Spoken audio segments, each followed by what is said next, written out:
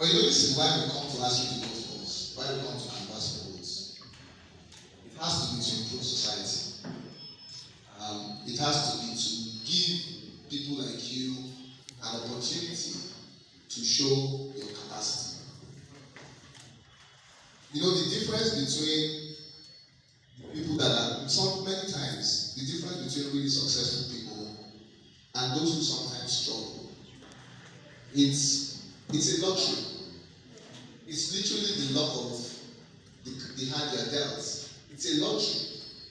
It's where you are born. It's what family you are born into. Now, why are you guys standing? Please sit down now. This is like last week now. Sorry, I'm the one that was punishing myself. Thank you, Glenn. I apologize. Remember, I didn't realize you guys were also standing. I'm so sorry. This thing is about opportunities, right? Somebody born in Lagos or somebody born in New York. I will give an example. My son, I have a 9-year-old son, and he said to me, "Daddy, I want to move from Nigeria. I want to go and live in the US." Yeah. So I said, "What do you mean? What does that mean?" He said, "No, because I was going through my book, and I saw that the life expectancy in Nigeria is 54 years, and the life expectancy in the US is 77 years. So because I want to grow old, I want to go and live in the US." So I said to him, "What do you think drives that life expectancy?" Our life expectancy is so low because our infant mortality rate is so high.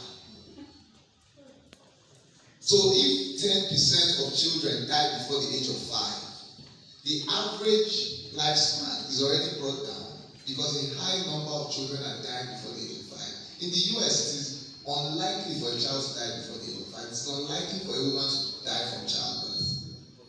So we have to solve those problems. That's why we're here. To bring primary healthcare centers closer to you. To renovate your secondary care center and put an incubator there. So that if a child is born preterm, that child does not die because there is no oxygen, there is no incubator to keep them alive.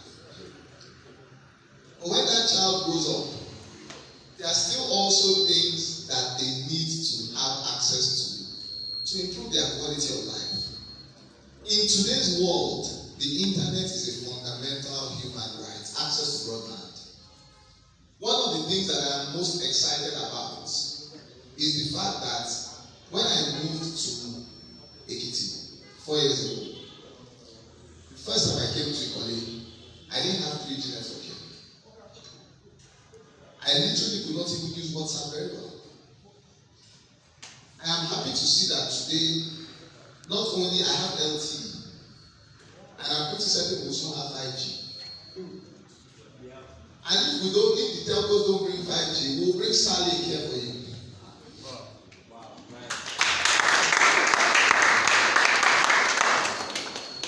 But you know why we're doing that?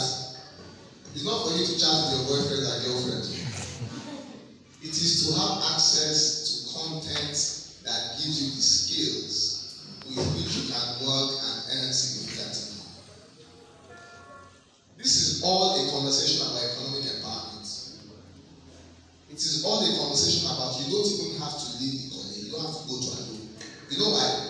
One of the things I noticed coming to Ikole is that all young people, you left this place for old people.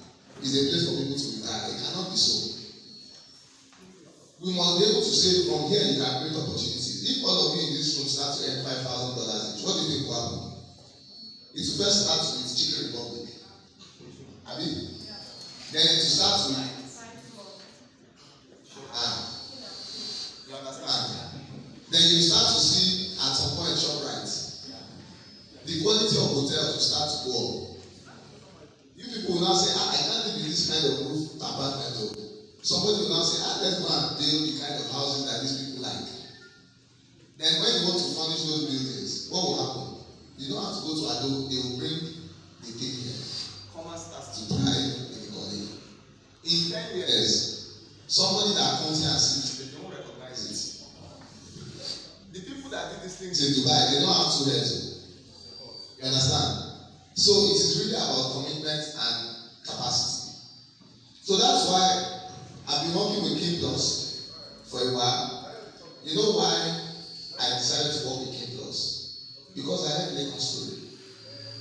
This man could have easily sat down in Lagos working for Angela. There's nothing that stops him. You'll have earned good money. But he felt that I have to come back, I owe it to create many more like me.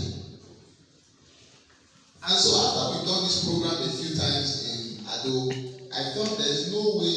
The first time I came to Ikole, I remember at the local government hall, I had a group of 100 or 200 young people. I asked them, what do you want? Nobody gave me an answer. You know why? It's not people like it that were there. All they wanted that day was, there's one new appointee coming. He's going to give us 2,000 money for transport. The only thing that excited them that day was when I handed them 2,000 naira each for transport. That doesn't give me any joy. Any joy whatsoever. This is what makes me happy. Because the skills that you learn here will arm you to create opportunities in future. I hope that part of what you are going to do is to provide access to things like GitHub. Access to things like GitHub, all these, freelance websites, where you can say, hey, I've done this, I have these capabilities, I have these skills, give me a job to do. When we set up our knowledge zone, you are the people I want to work remotely in that zone. When there are customer service opportunities, design opportunities, you are the people that will do those designs. When I want to do infographics, it's going to be someone in this class that will do infographics for me. And it's not free of charge. I'll pay for it. So the skill that you learn here is super important to your progress. We want to bridge that gap between you and the child that was born in the US, the child that was born in Tokyo, the child that was born in Beijing. Because you are competing today in the global marketplace. You are not competing with somebody in Ado or with someone in Lagos. You are competing with people all over the world. And if we are indeed the intellectual capital of Nigeria, you guys must show it with how you apply yourself to this. I always say to people that in this Ikole, town, or this local government, if we expand it, we produced one of the finest jurists that Nigeria has ever seen. Late Justice Olajide Olatunbora. We produced arguably one of the finest, in fact not arguably, we produced one of the finest, if not the finest historian in sub-Saharan Africa, Professor J.F. Ajani. These people all came from here. This is your opportunity to write your own stories. And I trust that, I'll be back here with you frequently, as much as my work allows me to. But I thought it was important to come and talk to you today. That this is an important journey. I wish you all the best. I look forward to all the fantastic things you're going to do.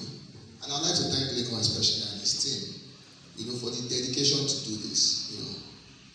He sends me sometimes 12, 13 WhatsApp messages without reply. If I manage to reply one, I will get another 10 immediately because it's like, okay, this man is on his phone now. Let me quickly strike while the eye on his heart.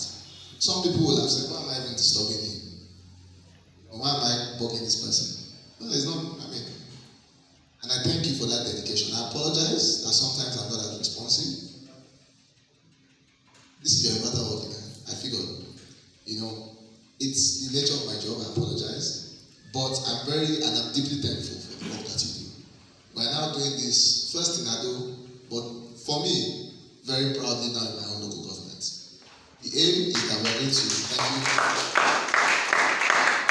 the aim is that we're going to expand this and continue to expand it till a point where people look at Ikole as the IT capital, not just of Ekiti State. but even within the country, I want people to say, there's one town there that if you go there, you hire great people. That's where we want to take this to. And it's baby steps. So you guys are the first of a very industrious set of people. Thank you for taking it seriously. And thank you very importantly for your patience.